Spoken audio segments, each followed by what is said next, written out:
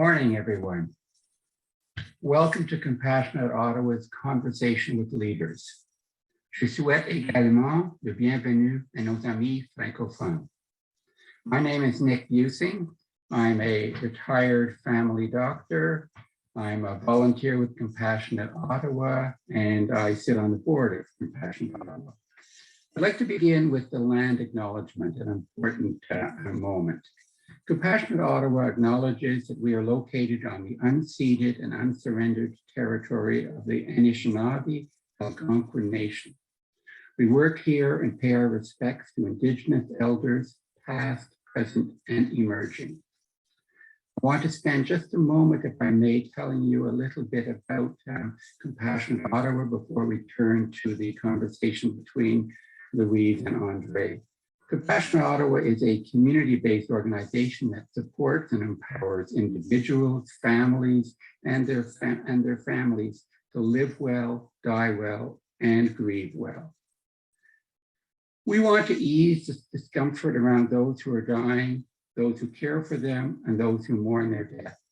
Our vision of a compassionate community is one where each of us cares for others. Recently, we released a video that tells the story of Compassionate Ottawa. You can see this video, and I've asked Paula to place the link to the video in our chat function, or you can visit us at the website compassionateottawa.ca. Now let me briefly introduce our two conversationalists. Louise Hanvey is a nurse.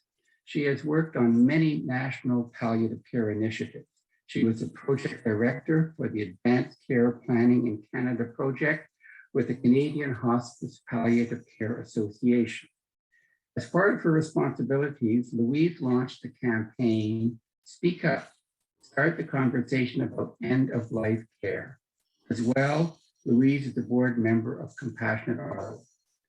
She will be in conversation with someone whom I think we all know well. André Picard is a health reporter and columnist for the Globe and Mail, where he has been a staff reporter since 1987. He is the author of 5 best-selling books, the most recent one entitled Neglected No More. André is an 8-time nominee for the National Newspaper Awards, Canada's top journalism prize, and he is past winner of the prestigious Michener Award for Meritorious Public Service Journalism. He was named Canada's first public health hero by the Canadian Public Health Association, and he was named as a champion of mental health by the Canadian Alliance on Mental Illness and Mental Health. And he has received the Queen Elizabeth II Diamond Jubilee Medal for his dedication to improving healthcare. With those introductions, I'm very pleased to turn over the conversation to Louise. Great, thanks so much, Nick, for your introductions. And I'd like to say welcome, André. We're so pleased to have you join us this morning to talk to us about the things that are important to Compassionate Ottawa. And I'd also like to welcome everybody from across the country who's with us this morning. While our focus in Compassionate Ottawa is our local area, we know that the issues we care about and the work that we do is relevant across the country. So André, you've heard a bit from Nick about who we are. You know that we are a social movement. We're trying to change the way that we think about living well, death, dying, and grief. And specifically, we want to increase the capacity of people in our communities to care for each other in times of serious illness and in times of loss.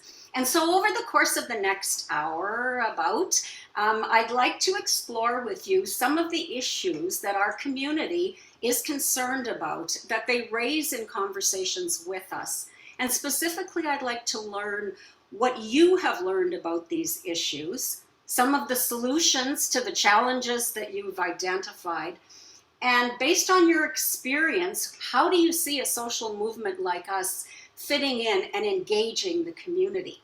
But before we do all of that, I'd like to start by asking you just to share with all of us your journey through journalism, through your career. How have you gotten to where you are now? How did it start, and what's been your experience? Great. Well, thanks, first of all, for the invitation, Louise. It's a great audience. I see some, I was looking at people signing in, a lot of good friends there. So thank you all for coming out this morning.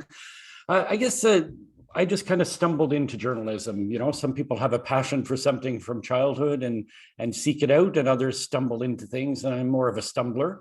So I started working at a student newspaper. I won't say how many decades ago, about 4. And I got there because I was interested in music. So I became a record reviewer, not to date myself, but we had records back then. And then got more and more involved in the newspaper and became the editor for quirky reasons, because I was a business student and student newspapers always have financial problems. So kind of a lot of serendipity along the way, started writing more, got interested in it. And then worked for a student newspaper cooperative. So traveling around the country, visiting different student newspapers, helping them out with their legal issues, practical training, etc. And then went to, saw a lot of my friends getting jobs and decided to try and do the same, get a real job. Went to journalism school at Carleton and then applied for summer jobs and was lucky enough to land one at the Globe.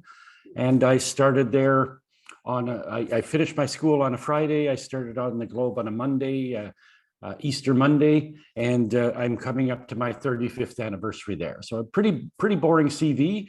Started at the Globe in 1987, still there as far as I know, knock wood, and we'll see how that goes.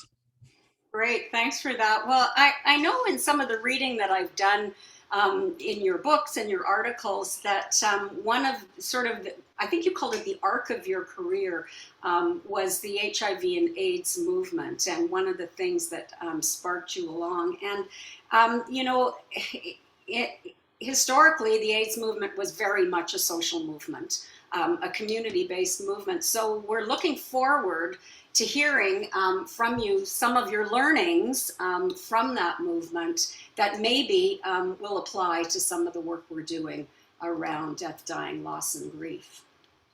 Yeah, AIDS really was the arc. You know, it started in the early 80s. AIDS reared its ugly head. That was the time I was in student newspapers. We were very, you know, students by nature are activists. They're interested in social issues, injustices. And AIDS very much at the beginning was about, you know, gay men being persecuted, dying of this illness that we didn't know anything about. The virus hadn't been discovered. There was no treatments. The reaction was very reactionary. It was like lock them up, send them to an island like lepers. You know, we actually in Canada, I wrote a book about tainted blood, which has sort of a history of AIDS in Canada in it. And you can learn in there that many provinces set aside literally an island where they were going to send gay men, you know, like and some of them were old leper colonies. This was the reaction at the time. So it was very much a social justice movement. So it was more about social justice, about the reaction of politicians than it was about medicine. And I think that's really what my career has been about. I don't write a lot about medicine.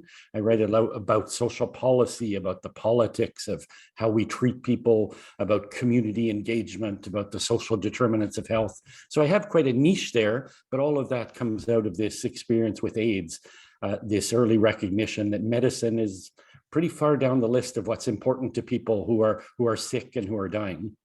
Great, and so that certainly informs and is part of the work that we do. And when you talk about HIV and AIDS being a social justice issue, in many ways, you know, the right to live well and to die with dignity and to die well in our country is seen by many people as a social justice issue as well. So as you said, you've reported on policies and systems. You've sort of looked at policies and the systems from a social determinants of health model. And you've always interspersed that with stories that relate to the community, which is really relevant to us. So I'd like to turn our attention now to some of the issues that are raised as we meet with our community. And I'd like to get your sense about, what you've learned from a policy program perspective, but also what you've learned from the community and the community's involvement in these issues. So the first one is palliative care. And when we meet with our community members, they often have questions. They're interested in palliative care, what it is, where to access it, where they can find it, what it will mean for them. And they share their stories with us, and their stories vary widely.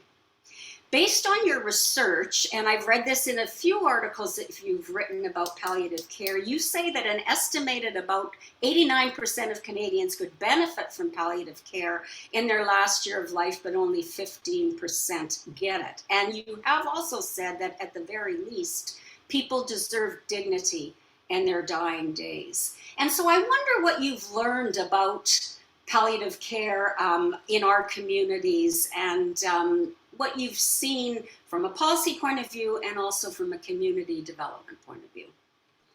Yes, I think I'll start by going back again to AIDS. When I started covering AIDS, a lot of people were dying, a lot of young men, and they were dying in a very undignified fashion. They were stigmatized. They didn't want to talk about their illness. They hid away from their, they were often estranged from their families. So I saw sort of the worst of death. And then there was that became a really an essential part of the AIDS movement early on, because there were no treatments. It was about how can we make death better? A lot of people are going to die, so how can we make it better? So I think I learned about palliative quite early on. It wasn't, the AIDS community was very separate from the traditional palliative care movement, which is, as you know, was very religious in many ways. So there was some interesting connections made there. They weren't always smooth, but I learned a lot, I think, early on about that, about the importance of that, the importance of community involvement, of family, being there or not being there, being such a big issue for people at end of life. So, being thrust into this area at the time of a massive, we forget that AIDS is a much bigger pandemic than COVID was. We've seen close to 40 million deaths from AIDS, as opposed to COVID, which is about 5 million. So we saw a lot of death early on. So you did learn a lot about that. So over the years, I've come back to this many times. I know people don't always like this language, but this notion that a good life should lead to a good death, I think has been something I've tried to incorporate in my writing. I'd like to remind people that I don't really know anything. I always depend on people in the community, and people in the palliative care movement and the hospice movement are very passionate about it. They're very engaged. So I've had the pleasure and the privilege of learning from them and writing. You cited some of the statistics. I think numbers are important. Data is really important. I'm very much a data geek. We know that numbers influence policymakers, but so does, and this is a bit about the sausage making of journalism. The data influences the policymakers, the stories influence the public, and you have to have that combination, of having stories that engage, but also have the factual backup. And I think that the final thing, and we don't do enough of this in journalism, is I try and write stories that are actionable. It's all well and good to write a really sad story, but if there's no point to it, like what's the solution, then that's not a story that interests me. So those three elements are always really important to a story. It has to be readable. It has to grab the public. They have to be able to see themselves in it. You have to have the numbers and the data and the issues, which is, people often say, well, that's boring stuff. And it is, but it's important. And then you have to have that solution. I'm not as cynical about politicians as many people. I think they want to do the right thing, but you have to make it easy for them. So you have to give them easy wins. And I think that's a lot of what community groups need to learn to do, is give them easy wins, give them something solvable. Don't ask them to solve everything in the world at once. Give them the little victories along the way. So I think I might have diverted there again from your original question, but. Well, in some of your writings, and I think this might have been in Neglected No More, you tell stories about people or maybe it was in the compilation of your essays, you tell stories about people dying with having a supported death, having access to palliative care, and having their family and friends around, having a supportive death. And I seem to recall that you talk about one of the things that we don't do, but that the lessons that you learned from these people that they did do was some planning. Is that an accurate reflection? Is that something you've heard from people, or? Yeah, absolutely. You know, the planning part, as you know, as this community knows very well, I'm preaching to the converted, but we're afraid of talking about death. So this has been one of I think my themes throughout the years, just put that out there. Let's talk about it. It's uncomfortable, but that's fine. Let's make it less uncomfortable. I say in Neglected No More, I say, the most important conversations we have are around the kitchen table. They're not in Parliament. They're about, how do you want to live out the final days of your life? I remember having, because I think I am privileged in that I'm forced to think about this in my job. I remember having those conversations with my parents, like, how do you want to live? And do it when they're relatively healthy is so important, so they have some say. And that, years down the road, it made decision making so much easier to just, oh yeah, remember when mom said, when the siblings are disagreeing, as they always tend to do. Remember when mom said that day at the kitchen table that this is what she wanted? She wanted a DNR. Well, that's end of story. She's spoken, right? So those little conversation, I try to capture that in the articles when you write about people. How do you make those decisions, and how do you have uncomfortable conversations? Yeah, and that's actually music to our ears, because that's one of the things that we try to do at Compassionate Ottawa. It's one of our main focuses, is to raise conversations in the community about what it means to live well. What are your values and beliefs? And I'm glad to hear you say that, because sometimes people say to us, well, it's pretty nefarious to have a kitchen table conversation about what I value, why I get up in the morning, what makes me happy. And yet, as you've just said, when it comes time to making decisions that you might have to make, or be at peace with decisions, it's those kitchen table conversations that make all the difference. And so, I think traditionally there's been a focus on, tick boxes and, medical directives, which actually don't exist in some provinces. And, rather than having those more fulsome conversations about values and beliefs. And so, we can't anticipate everything that happens, but hopefully that will contribute to people, as you have said, dying with dignity. So that sort of leads me to another issue that's often raised with us in our community conversations, and that is the issue around supported home care, specifically supportive home care when people are dying at home.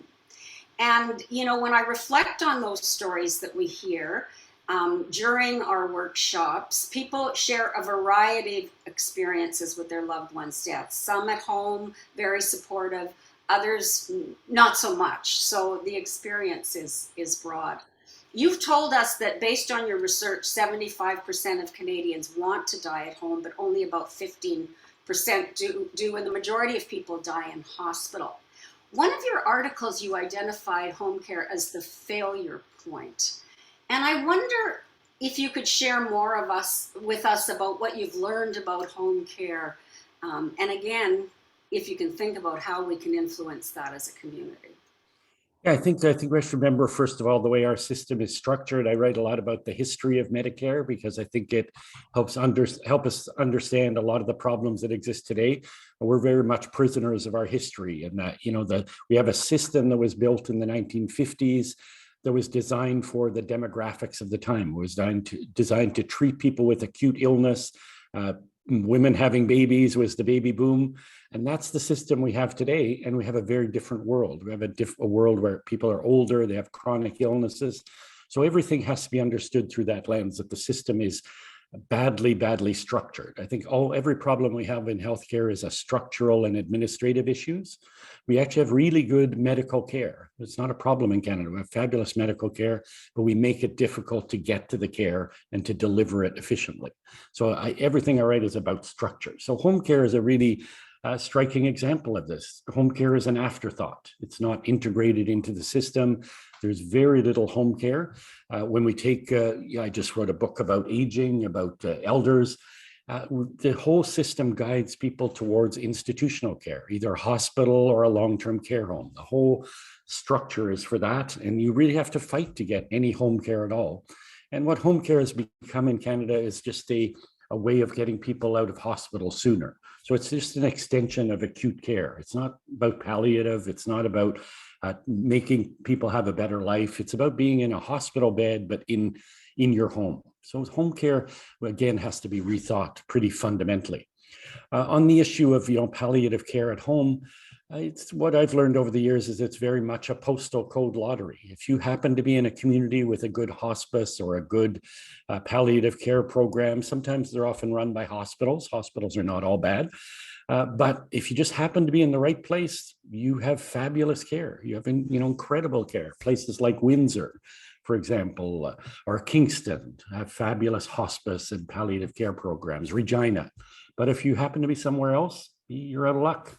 So that's not how Medicare should be. It should be providing essential care to everyone equitably. And we fail on that miserably at end of life, as evidenced by those statistics you've cited. Some places it's one of the most shocking thing I learned when I was writing this book about elder care was only 6% of people in long-term care homes have access to palliative care.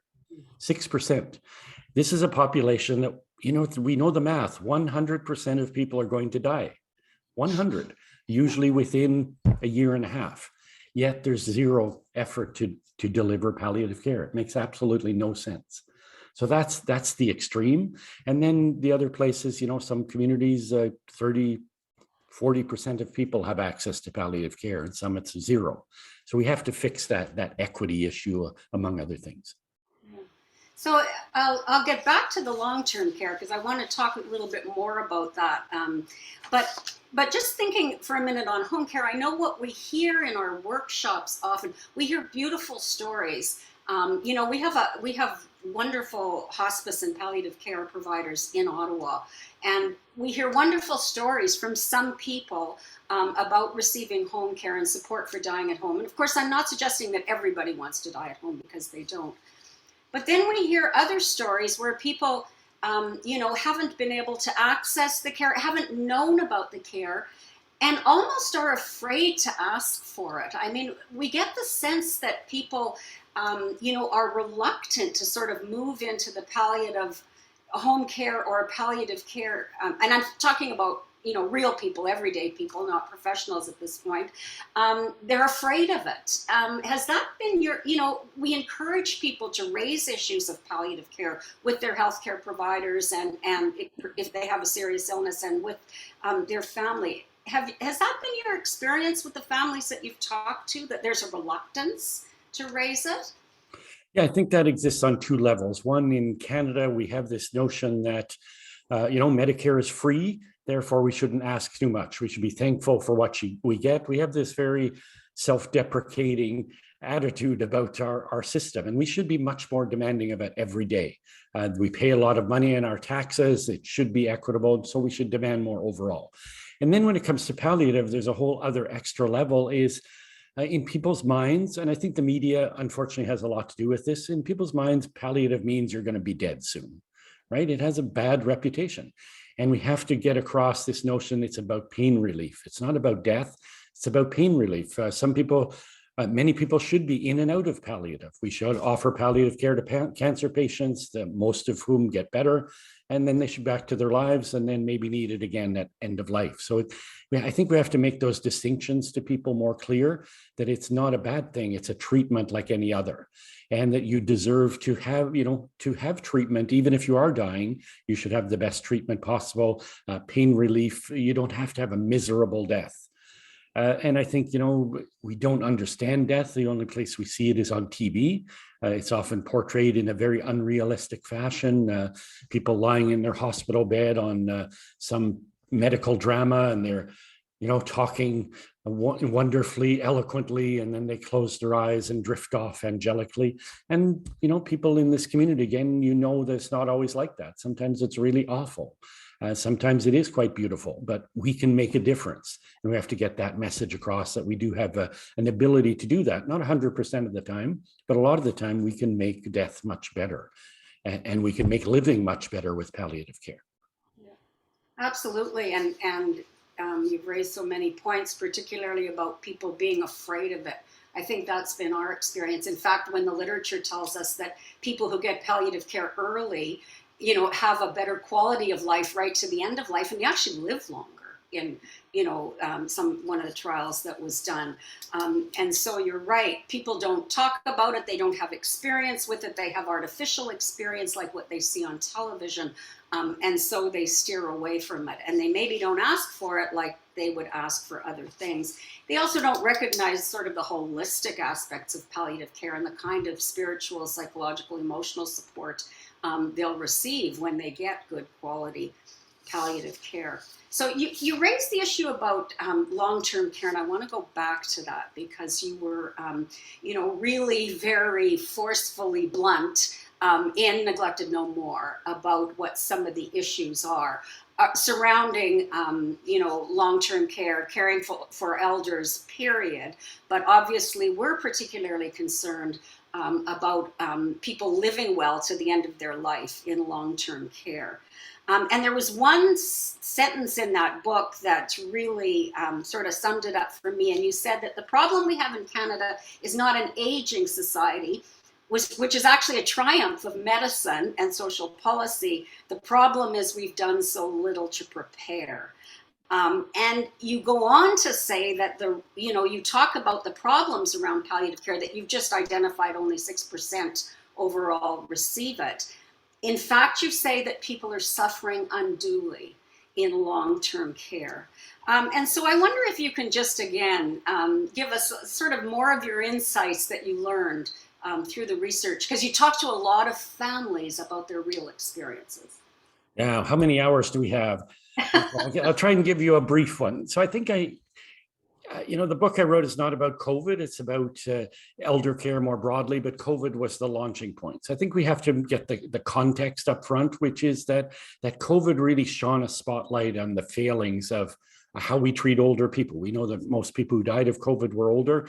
We just surpassed 35,000 deaths in Canada last week from COVID, but more than 20,000 of those occurred in long-term care. So I call this in the book, it's a massacre of neglect. There are countries that have 0 deaths in long-term care. There are countries that have 0 cases. These were entirely preventable, but we have a system, and again, I come back to systemic issues, that created the perfect environment for the spread of disease, especially of respiratory disease. And we knew that. We knew that before it came along. We had past experience with this. Thousands of people die in these homes each year of the flu, and we shrug our shoulders. So the perfect environment was there, and we saw the consequences of it. It was horrible. And then once you start looking into that, you start looking into these other issues. It's not just about how people died, but how were they living before? How were they living during the pandemic? And what was our reaction? Our first reaction to people dying in long-term care homes was to lock them up, make their lives even worse, shut out their care, their caregivers, their families, which are their essential link to the world. We did everything wrong. And then the result of that was what? It was more deaths. It was people literally dying of loneliness. So I lost a loved one during the pandemic who was living in a home, my father-in-law, who was a very healthy 88-year-old, playing tennis 3 times a week, bridge every day, went to church every morning, very, very active 88-year-old, he looked 58. Pandemic came along, his home got locked down. He could do nothing for 4 months. He literally was locked in his room, literally lost his will to live, deconditioned physically, mentally, very depressed. One day sat down after his lunch and died in his chair. We don't know, probably a heart attack, etc. But I think, my impression, and I had tweeted about this, it got a lot of attention, saying essentially he died of loneliness. He died of a broken heart because his life was taken away. So we have to remember that's what people should do. They should be living their final days. They shouldn't be going to these homes to die. They should be going there to live as best they possibly can. And that's a really important distinction. So, how do you do that? Well, you do it structurally. First of all, you make them homes. You don't make them institutions. These don't feel like homes. I've visited many, many nursing homes. There are some excellent ones. I don't want to tar them all with the same brush, but there are a lot that are terrible. A lot of people never get visitors. We forget that. So we have to fundamentally restructure that so that it's more humane. So I won't go on for 2 more hours. I'll give you those as the highlights, or lowlights maybe. Well, so first of all, thank you for sharing your personal story, and I'm sorry for your loss of your father-in-law.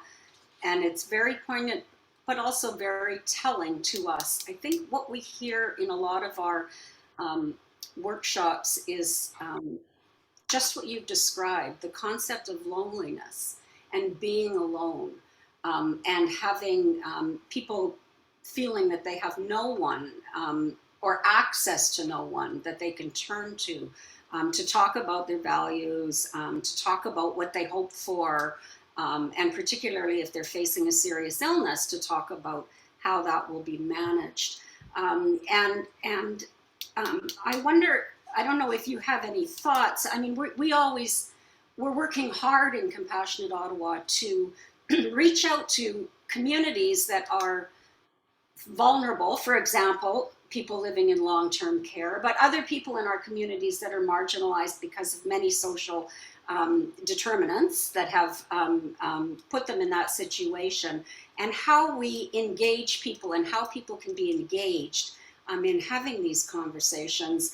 And in, one of our goals is to have people comfortable reaching out for help and also asking for help when they need it. So I don't know if that all makes any sense to you, or if you have any thoughts about, based on the people that you've spoken to, how we can engage with people in marginalized situations. Yeah, I think a couple of things. We've talked a few times about the social determinants of health. So we know what makes people healthy. It's not medicine. It's having an income that allows them to eat, a roof over their heads. And then another, having an education really matters. One of the really most important social determinants that we don't talk about enough is having a sense of connection. So having a connection to the community, to other people, helps you live better and longer. It really is essential to good health. Being lonely, having no social contacts, is the equivalent of about smoking a pack of cigarettes each day. That's how much it takes off your lifespan. So it really has a physical impact. And it's shocking how many people in our society live alone. One of the statistics, one of the data points I have in the book is that 1 in 8 seniors have no social contacts whatsoever. Not some, zero. They are totally alone in the world. Often they live alone in the old house that they have no mortgage, they have no costs, but they're just alone in the community. And again, COVID helped expose this because we had to find ways to bring people food, etc. So the other thing in my book that I talk about a lot, we have home care, we have long-term care at the ends of these spectrums of care, but there's that really important middle part. And I think that middle part is where we fail the worst. And what's the middle? The middle is allowing people to stay at home, which they want to do, but they don't really have all the ability to do it. So what do you have to do? Meals on Wheels.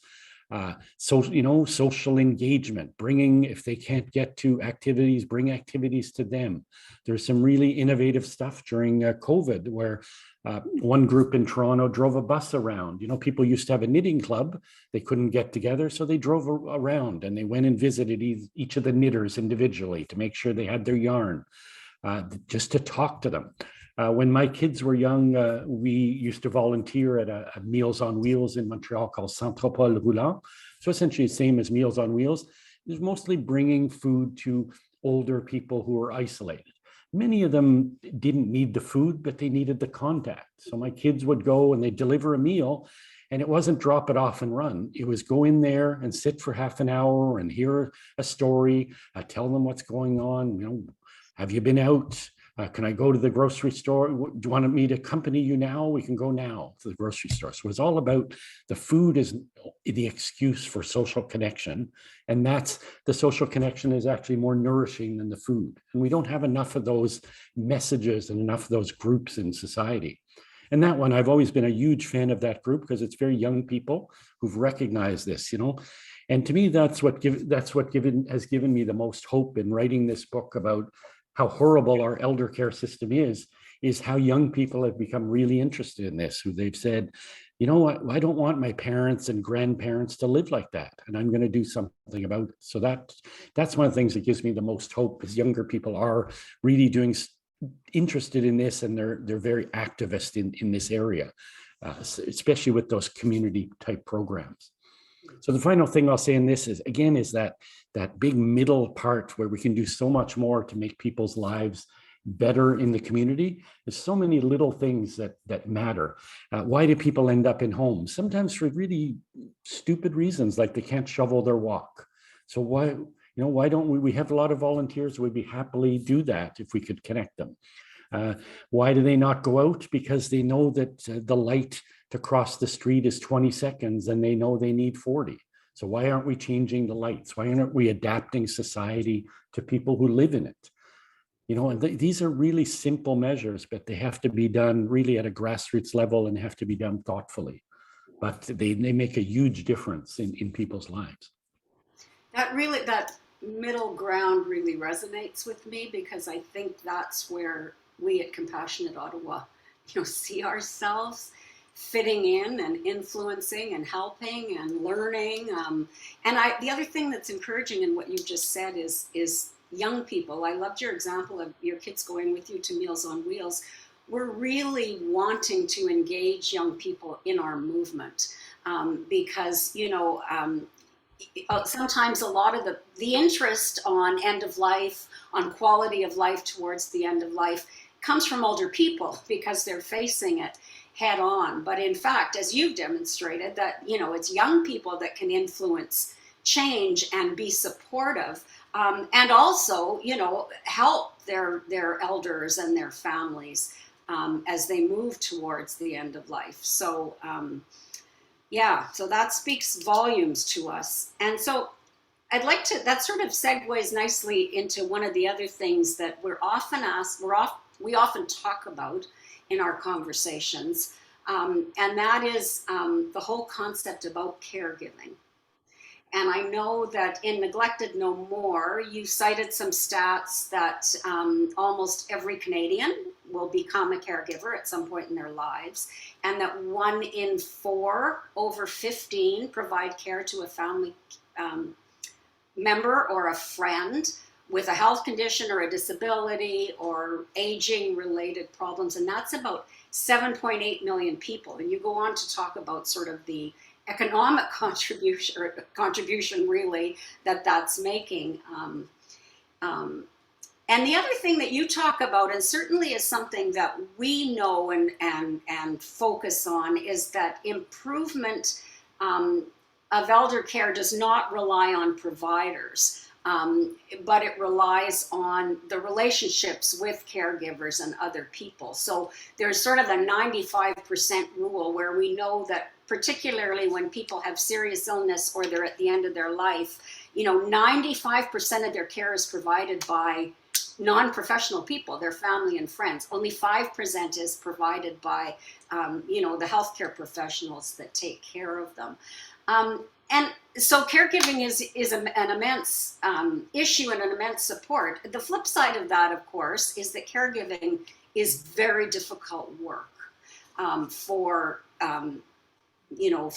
everybody. And I wonder if you could just comment on some of the things you've learned through your research on caregiving, particularly, for people with serious illness and at end of life. Yeah, I think I've learned things on many levels. One is the one you mentioned. I am a data geek, so the data interests me. 7.8 million people are doing some form of caregiving at any given time in Canada. But the more interesting stat for me is about 780,000 people, about 10% of them, dedicate more than 50 hours a week to this. Wow. So these are full-time jobs, unpaid, really hard work. And we know who's doing this. It's women, it's older women, mostly caring for their spouses, or it's sandwich mums caring for their younger kids and their older parents at the same time. So this is really about women providing care, and there's a real economic impact to it. It harms their careers, it harms their pensions. People often leave their jobs to care for their loved ones because it's too much. So we have to, the government we have now has done this massive investment in childcare, $30 billion, which I think is a fabulous initiative. It's long overdue. But my response to that when it was announced was, that's great, but there are more women caring for older people than there are caring for children in our society. So where's the $30 billion help for them? And that's really where we have to turn our attention. It's not either or. We have to do both ends of the spectrum. So I think that's a really important on the data part. On the more practical level, I always say my education in healthcare came from my parents, two parents with long-standing chronic illnesses. My father had Alzheimer's, Lewy body disease, so a form of dementia. My mom had COPD, so they had both long journeys through the health system, and I learned a lot. I say it's an education that everyone will get, but nobody wants. So I think we have to prepare ourselves for it, that we all are going to be caregivers at some point, or I hope we will, because that our parents are around. And I talked to my children about this. You're going to be taking care of me someday. So let's figure out how to do this. So it's the least burden on you, et cetera. And I think it becomes about planning. It becomes about talking about it. And then it becomes about creating a society where that's doable. We expect far too much. I think we need to be reminded that almost everyone provides this care lovingly and willingly, but that doesn't mean we should exploit them. And that's what we do. We exploit them. We mostly exploit older women to do this, and they burn themselves out. It's not unusual that after, it's almost the man who dies first. After a long illness, it's not unusual that the woman dies shortly thereafter. They literally work themselves to death. So these are unacceptable.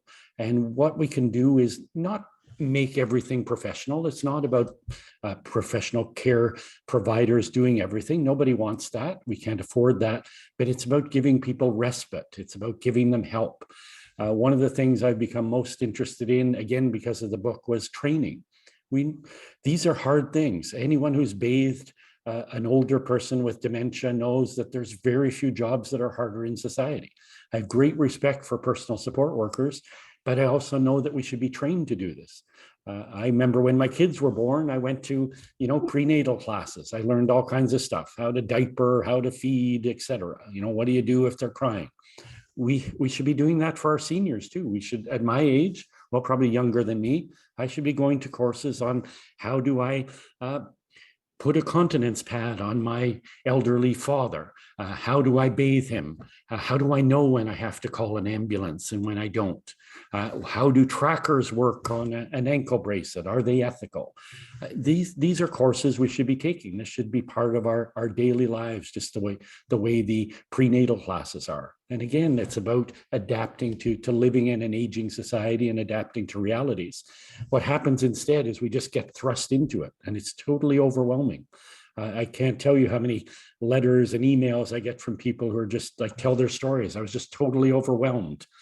And almost all this stuff happens in crisis, right? We're in denial, and then mom falls, and then mom's in hospital. And then we realize, oh, well, she does have quite a touch of dementia. So we have to get her in a home, or we have to get her home care. And it's a huge panic. And then she comes home, and how do we change her? How do we bathe her? How do we feed her? And this is stuff that has to be taught. It's not, we don't know it magically by osmosis. So sorry for the long rant there, but there's a lot of stuff there. There is, and actually that raised in my head, at Compassion Ottawa, we work in different places and spaces, and we work with workplaces, we work with faith communities, and we've done work in schools. Since the pandemic hit,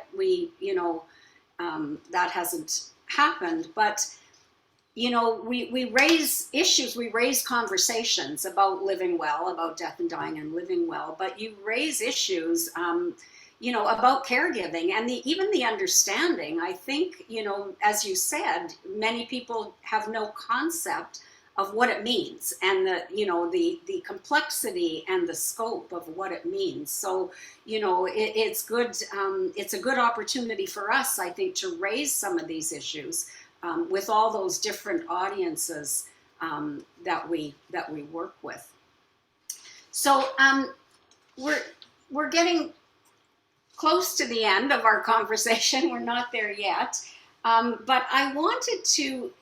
You said at the beginning that that you look at your research involves looking at structures and systems and policies and how they're influenced by the social determinants of health. And lots of people say the system is broken. The provider system is broken, and that we need massive transformation. So I'm going to put you on the spot, and I'm going to ask you, based on all of your experience, particularly thinking about, people living with serious illness, people living towards the end of their lives, and people who are actually facing the end of their lives. What has to happen now or soon, or as fast as we can, from a policy structure point of view? I mean, I know it's probably not one thing, but what comes to your head when we ask you that question? Yeah, I think, I don't like that language of the system is broken. It makes us feel like it's unfixable, because it's not unfixable. So my answer to this is always, yeah, there's a lot to change, but we have all the solutions. We are the country in the world that has most studied our health system. Since the advent of Medicare, there's been more than 150 reports on how to reform Medicare and elder care in particular, because, I keep talking about older people. They're not the only ones who use the health system, but they do use the vast majority of services. And that's not inappropriate at all. That's how insurance should work. I always have to underscore that. That's normal. There are some exceptions, people with disabilities, et cetera, but most people in the system are older. So what we have to do is take all our success stories and scale them up. So we have fabulous care all over this country. We have tremendous long-term care homes. We have great palliative care. We have superb hospitals. We have great home care. But we have a lot of mediocre of all those things, and we just have to expect more, and we have to scale up our successes, I think, is the very short answer to that. The other part of it, and I talk about this a lot in the book, I think the starting point is really a cultural one. We have to stop just taking aging as a bad thing, as a disaster. You quoted that line from the book earlier, but this really is a triumph of social and medical policy, that the fastest growing demographic in society is 100-year-olds, right? That's great. We have a lot more centenarians. They're doubling every 5 years, and that's great. It's not a terrible thing, but we have to adapt our society to that reality. We have to stop catastrophizing aging. The vast majority of people are quite healthy, relatively speaking, when they're old. Only 7% of elders are in institutions. That's way too many, but let's not forget the other 93% who are living in the community. And that's that middle I'm talking about. We have to do much, much better for that number of people, so that we stop them from ending up in institutions. So it's about extending the quality of life in the community, so I think should be our overall goal. And there's 1,001 little things we can do to do that, and we know what all of them are, and we know how to do them. And most of all, we can look to other countries who do it much better and realize that it's not unaffordable, it's not undoable. We often fall back on the money thing. Oh, we'd love to treat our seniors better, but it's so expensive. Oh, we'd love everyone to have palliative care, but it's too expensive. It's not. It's very expensive to not do it. And not providing palliative care means what? It means you end up in a hospital at many times the cost, and with an environment that's not appropriate and that's not nice. It's not a nice way to end your life in an ICU. There are much better ways to do it. So all these arguments against acting are easily taken off the table. So I think it's just about, at this point, it's just about doing stuff. Spoiler alert, the final, final line in my book is what I think the whole book is about, is I say we just have to give life to our values. I think Canadians have really good values. I think every one of us individually love our mums and our grandmothers, but we have to just apply that collectively. We should expect that every person gets treated the way we want our loved ones to be treated at the end of life. And once you do that, once you have that philosophy, once you have that social goal, the implementation is really easy. It's not very complex to do this stuff. We just have to put our minds to it and put our pocketbooks to it. It will be a little bit more expensive, but not that much more. Thank you for that. Give life to our values is something that that we certainly try to do in Compassionate Ottawa. So finally, I want to sort of come back to like the mission, our mission, in terms of raising the capacity of our community to support people who live with serious illness and to help them develop skills and comfort with death, dying, grief, and bereavement. And there was recently a report that was done by the Lancet Commission, and it was on the value of death, and they entitled it Bringing Death Back to Life. And they reported that death and dying have become unbalanced, that there's an excessive focus on clinical interventions. You've alluded to this when you talked about the cost of our healthcare system, of people, being, treated in acute care hospitals, and you reported on a Canadian study on that showed that was more expensive. And so this Lancet Commission said that the roles of families and communities have receded as death and dying have become unfamiliar, and skills and traditions and knowledges have been lost. And we've talked about already how the responsibility for dying and death does not rely with health and social services. And it doesn't rely 100% with the community neither, but a partnership is needed where we share, power, we share decision-making. And certainly we've seen, we're part of the Compassionate Communities Movement, which is an international movement.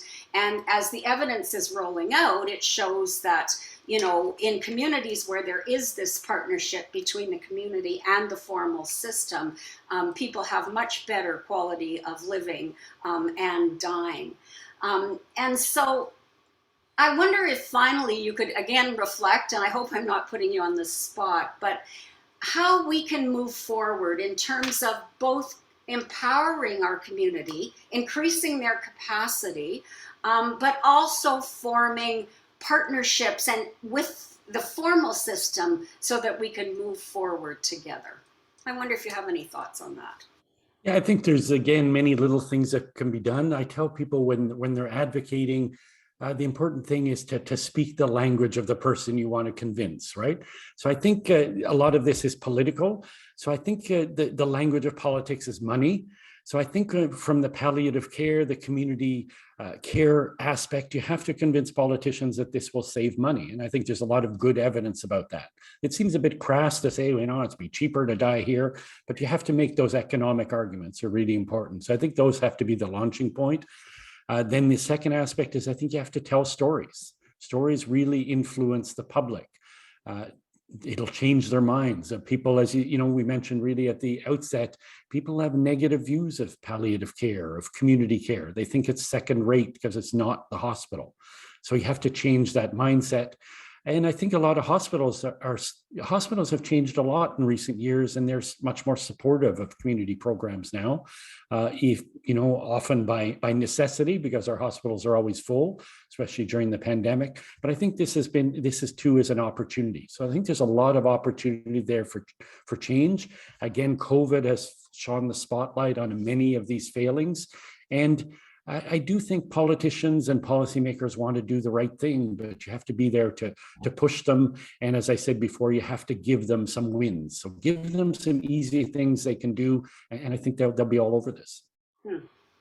Thank you. And your comments about storytelling, just as an aside, we have at Compassionate Ottawa developed a series of digital stories where our community members came forward and shared their very personal experiences with a variety of things that we've talked about today: caregiving, supporting a dying loved one. They are on our website, and they're very moving and very profound, and they highlight a lot of the things that you've talked about.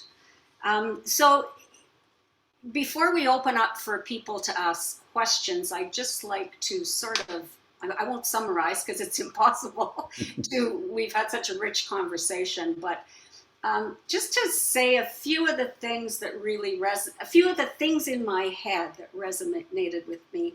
And one is the middle ground, the middle. And I think that's a great way for us to think about the work that we do and the work that we can do going forward. We're working in the middle, and we're influencing that area. The other one, of course, was to give life to our values.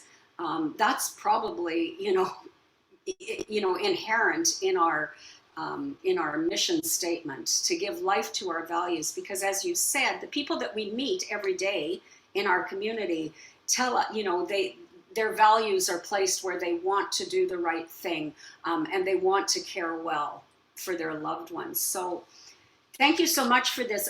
When we met earlier to talk about this, and I told you some of the things we wanted to talk about, I remember that you said, well, that's a good 3-hour conversation. And I realized we've sort of forced you probably to condense things that you've spent many decades, gathering your thoughts and researching and reporting out on them so effectively. But I really appreciate the time that you did take with us this morning, or are taking with us this morning, to illuminate some of these things. And I'm sure they've triggered lots of other thoughts in people's minds that are listening. And I see that we have, about 200 people actually actively listening as we chat. So I wonder, Paula, if we can maybe take the opportunity to hear from our audience to see if there have been any questions that people are putting forward that they'd like André to think about.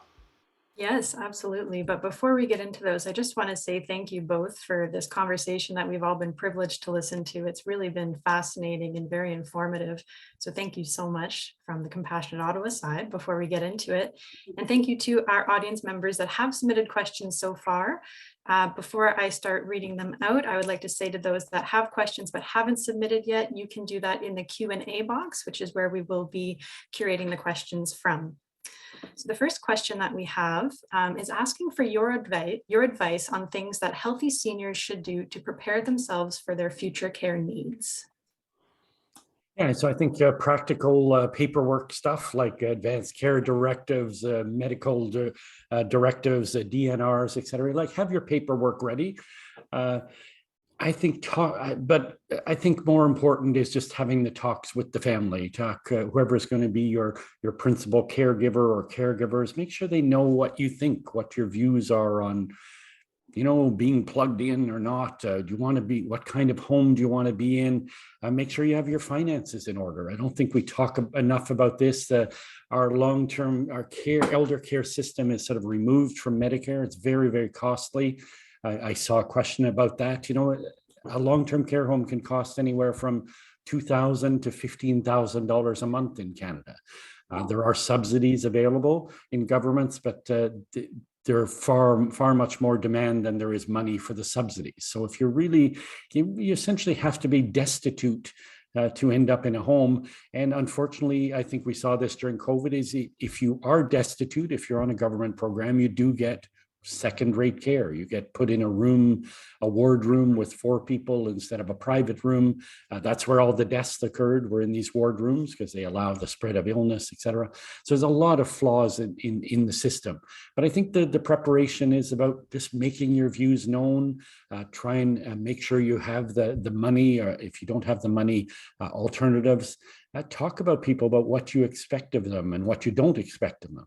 Because some people are guilted into working themselves almost to death. You have to be able to say, You know, it's like a lot of people, I think, put an unfair burden on their loved ones. They say, I never want to be in a care home. Don't ever put me there. Well, sometimes you have to end up there. If you have dementia and you wander, you need to be in a home. Now, the other end of that argument is our issue is we have to have better homes, but you can't put all that burden on the individual. So conversation, I think is the key to this. Great, thanks, Andre, and that's music to my ears. And just a little plug for the people in our Ottawa community. One of the things that we do is offer workshops, if I can call it that, conversations about values, wishes, and beliefs, and advanced care planning. So we give people the opportunity to learn a bit about the things you've just described, what they need to think about, and then we give them some practical tools to actually, reflect on their values and have conversations. And I just saw in the chat that someone asked, how they could get involved. Certainly, we have a website. Paula will share it with you, and by all means, reach out. So back to you, Paula. Great, thank you. So the next question asks, which countries do an excellent job in elder care, and could Canada implement any of these policies? Yeah, so I'd start by saying, I'm always cautious about, you can't just take another country's system and plop it down in Canada. So healthcare, elder care is very cultural. There's history, there's systemic issues. So you have to be careful to say, oh, these guys do it, we can do it the same.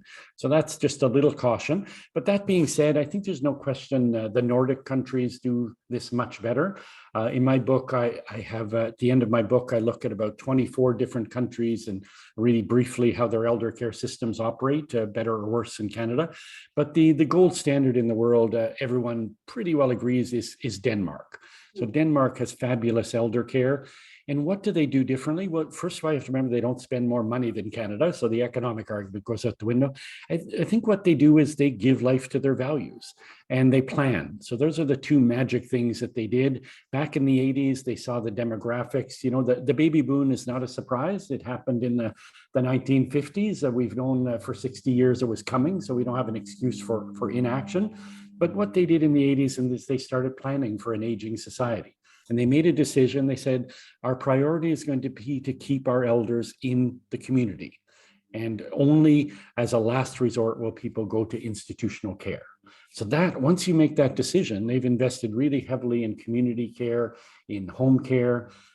It's a country that hasn't really added a hospital bed since the 1980s. They've made a decision that they don't want people in institutions. So that's a fabulous system.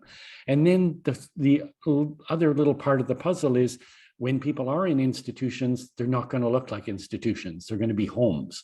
So if I go to Copenhagen, one of my favorite cities in the world, you walk down the street, family home, nursing home, family home, you can't tell the difference. The only difference is indoor where there's some staffing, but people live in little homes of a dozen people. They don't live in these massive institutions we have in Canada with 300 and 400 beds. So institutional care doesn't become such a bad thing if it's like a home. And that's the really crucial thing about it should be a person's home. It should not be a hospital with another name. And that's what I think our nursing homes have become, as hospitals without care, without medical care. They're the worst of both worlds. So yeah, if you want to look, I urge you to look more to Denmark, to Finland, Sweden. Finland has little rules that I love, like every person in institutional care has to have access to the outdoors. Very little thing that really matters. That just your ability to, and if you are someone who has dementia who wanders, then they have to be protected. Homes are specific to people with conditions like dementia, and then they are built purposefully. They have wandering tracks. So people with dementia, and a lot of people in the audience will know this, many wander, and they don't like to come up against barriers. So you build these figure-8 walking tracks so people can walk constantly in a figure-8 and they never hit a wall. So just little things like that. You do a garden, a figure-8 garden, so people can be outside. A lot of practical things just to make life better when people need the care. Thank you. So the next question says, childcare advocates are successful because they have energy, motivation, and the ability to use modern tools like social media to influence policymakers.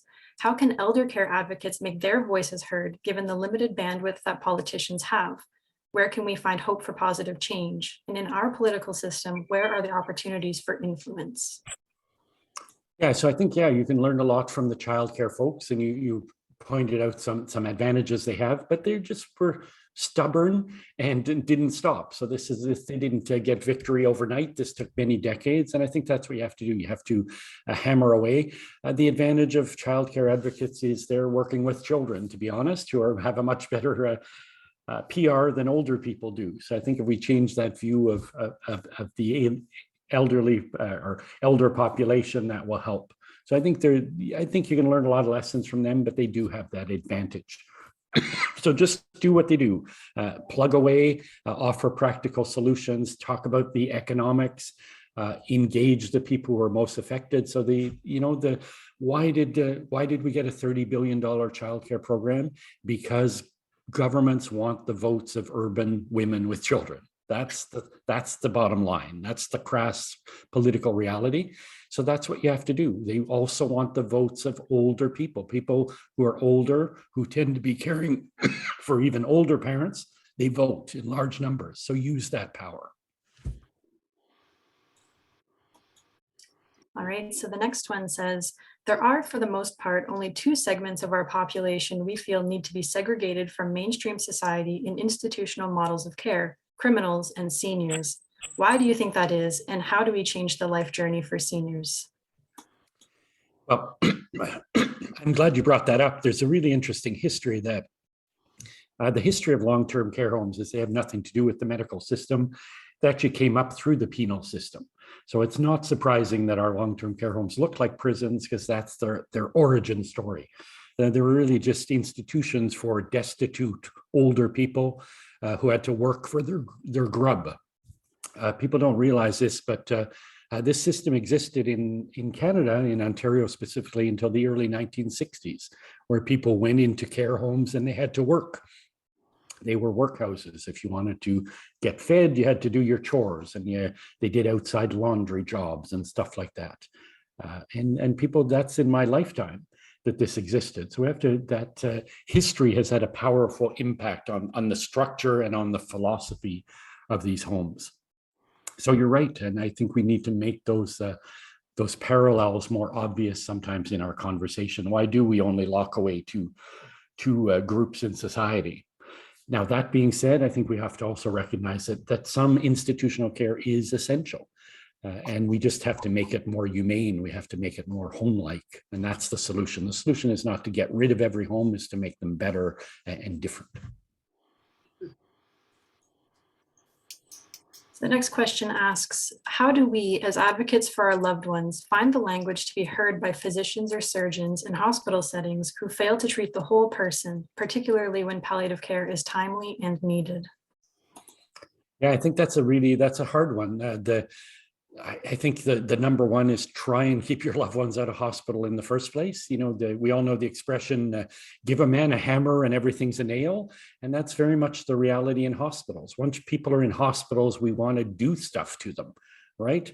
So I'm a big fan of hospice. I'm a big fan of palliative care at home, palliative home care.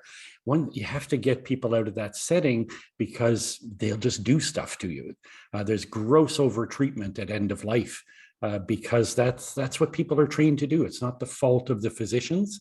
It's what they're trained to do, is do everything to keep a person alive. And I've said many times during this conversation, I have the privilege of talking to a lot of older people, even older than me, and you learn a lot. And I think one of the most important lessons I've learned is people aren't afraid of dying. They're afraid of having a terrible death. And those are very different things. So you have to be much more blunt about the conversations. People aren't afraid of talking about this stuff.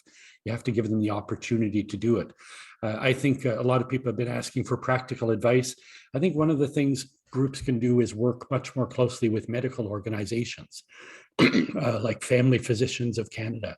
I think every medical appointment of someone of a certain age should involve a conversation.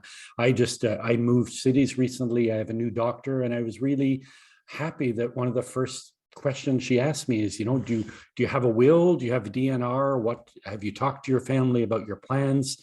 If you seem to be healthy, but if you have an untimely death or a disability, a stroke, are you ready for this? And I was like, wow, I'm really impressed that you talk about this. Do you have advanced directives, etc.? Have you done advanced care planning on the financial side if you're going to end up in a home? So these are things that every doctor should be asking. They should be part of that's more important or as important as taking your blood pressure. So I think that's a thing that groups can make the conversations normalize, is what you can do. And then I think we would avoid some of those unfortunate things about, and then there are horrible stories. I hear them from people about, the doctor saying, oh, are you just going to let them die? I can do this. I can go in there and give your 99-year-old grandmother a new hip. I can do that. It's going to be horrible to be under anesthetic. She may die, but I can give her a better hip.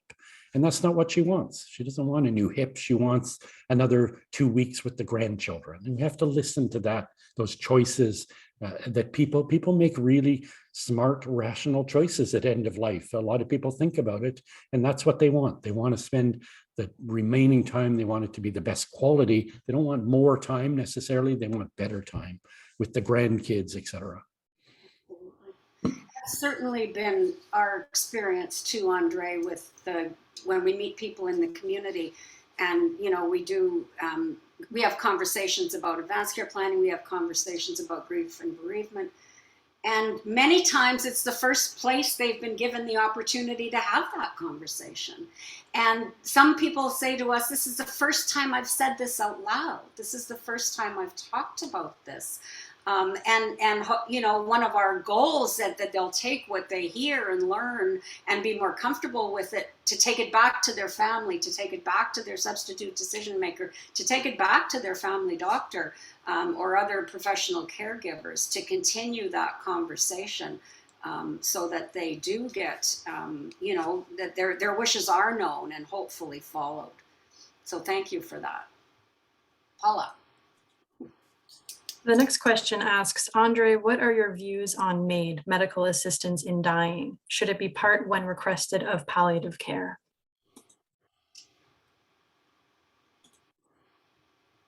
Sorry, I turned off my mic there. If you heard a crashing sound, I dropped my coffee cup, but I'm fine. MAID, I think MAID is something I've written a lot about. I think is a really important issue because it forced us to talk more about death, and it forced us to talk about choices. I think we have to remember MAID is a very marginal choice. 1% of people choose MAID at end of life. I think it's essential that people have that ability, that choice. I'm a big believer in choice at end of life. But I think the choice has to be taken for the right reasons. So I don't want anyone choosing MAID because we don't offer them care that's decent or palliative care. So that shouldn't be the reason. But yes, it should be something on offer for people who feel that that's how they want to go. I found it really unfortunate that a lot of people in the palliative care field are dogmatically opposed to MAID. I don't think that helps their patients. I understand why people have objections to it, moral and otherwise, but I think you have to put the patients first and you have to have that conversation. And I think in the end, what I've learned is most people want to have that choice and very few people will exercise it. But it's been really, really important politically to have that conversation and to have the ongoing conversations. I think they're really one of the toughest policy decisions in our society is what are we going to do about MAID with people with dementia? Can you choose MAID years before you lose your ability to make a choice? These are really, really challenging issues that I love to debate, and I don't know what the easy answer is to. Well, what do we do about MAID and people with mental illness? Should they be allowed? Is that irrational? Is it ethical? I think these are really, really fascinating questions, but they lead us to good places, talking about things more openly that are uncomfortable. Thank you. And then as a little bit of a follow-up to that one, what are your thoughts on the economic impact of MAID? I don't think there's been any economic impact to speak of. The people are saying, oh, well, you're going to kill people off to save money. I don't think there's been any impact at all, honestly. It's fairly costly to provide MAID because we've set up all these hoops and things to jump over. So I don't think the money argument is an important one. All right, and then the next one says, when visiting people as a pastoral care provider in several Ottawa long-term care homes, most residents seem to be white. Does this reflect that Black, Indigenous, and people of color aren't able to access equivalent quality care due to many being underwaged? Yeah, I think there's lots of issues there. I think just demographics wise, people are older. So it is a whiter population, if I could put it that way. Increasingly, we have specialized care homes, for people who are Chinese, et cetera, which is great. Excuse my coffee. So I think I think that's a complex issue, but I think the economics, the reality is that it's expensive for everyone, and we have to figure out how to make it more affordable to be in homes. There's also a cultural aspect. We know some communities are much more reluctant to send their loved ones to institutional care. I think we have to be careful about that. There's a lot of stereotypes, because I hear people tell me, the Chinese community, they never let their elders go to care. And it's not true. What they've done is they've built care homes specifically for the community, because the reality is people now have 1 or 2 kids. They don't have 12 kids. The kids live far away. So everybody's across cultural communities is going to need institutional care of some sort, but we have to make it more appropriate. We have to make it affordable. So I think it's an interesting demographic issue, but I don't think, we have a lot of problems with racial, systemic racism in our health system. I'm not sure it applies to access to long-term care. I think that's more of an economic issue. So then the next question asks, how do we help staff, including nurses in long-term care, to not be afraid of pain management, including pain relief medication?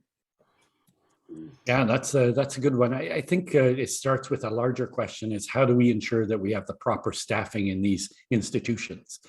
I think that's a really, really big issue. The number one policy issue in healthcare today for me is labor. We just don't have enough people. We're losing people by the hundreds every month in our systems. The places where they're paid worse, like long-term care and home care, are suffering even more. So there's really fundamental staffing problems. So when you don't have the right number of people, you're not going to get good care, period. There's a famous saying in the sector that, the conditions of work are the conditions of care.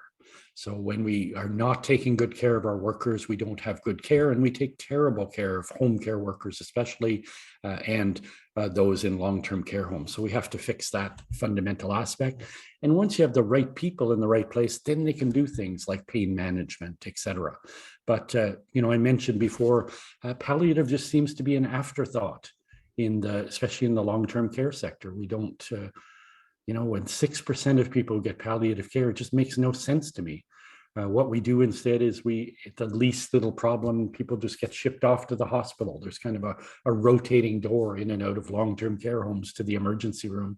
And it's the worst possible outcome, because people are confused and they don't get good care, and they lie in hospital hallways, et cetera. So it's about structure. You have to allow the pain management to happen, and you're not going to do that without proper staffing. So sorry for that roundabout answer, but I think it's a fairly complex thing that has to be solved.